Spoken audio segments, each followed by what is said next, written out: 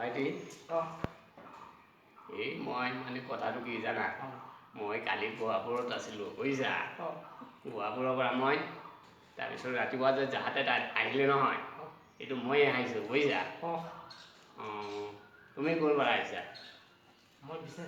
business চাৰিৰ পৰা ঠিক আছে মই এই মাত্ৰ নামিছোঁ জাহাজত বুজিছা আহি মানে ইয়াত ৰখিছোঁ বুজিছা কালি মই মানে ৰিপন বৰা ঘৰত ৰাতি থাকিলোঁ থাকি তাৰপিছত এইফালে অলপ পুৰুকবাৰী যে গহপুৰত তাত অলপ ঘূৰিলোঁ ফুৰা ফুৰাকৈ আহি গ'লোঁ আহি মানে এতিয়া নামিছোঁহে বুজিছা এতিয়া যাম মই মানে এতিয়া যাম ক'ত জানা এতিয়া আমাৰ পদ্মচাৰ যে আছে তাত যাম এই কিবা ফেক্টৰী আছে বোলে বুজিছা এইটো মই অলপ চাম বুজিছে না এইটোৱেই কাৰণে আৰু তাৰপিছত কথাটো মানে কি এতিয়া বহুত মানুহ ফোন মাৰি আছে মোক তুমি আহাচোন অলপ লগ কৰিম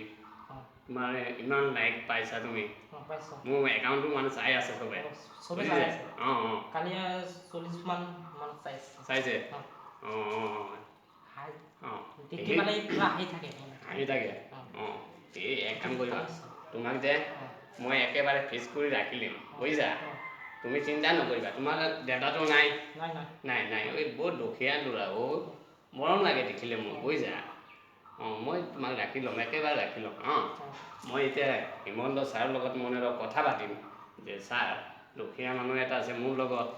ইয়াক কিবা দিব লাগে বুজিছা এনেকৈ মই কথা পাতিম তোমাক আগবাঢ়ি মই লৈ যাম বুজিছা মোক মানে একেবাৰে ভাগৰ লাগি গৈছে বুজিছানে একদম ভাগৰ লাগি গৈছে ইমান মিটিং কৰিব লাগে তাত যাব লাগে ইয়াত যাব লাগে বুজিছা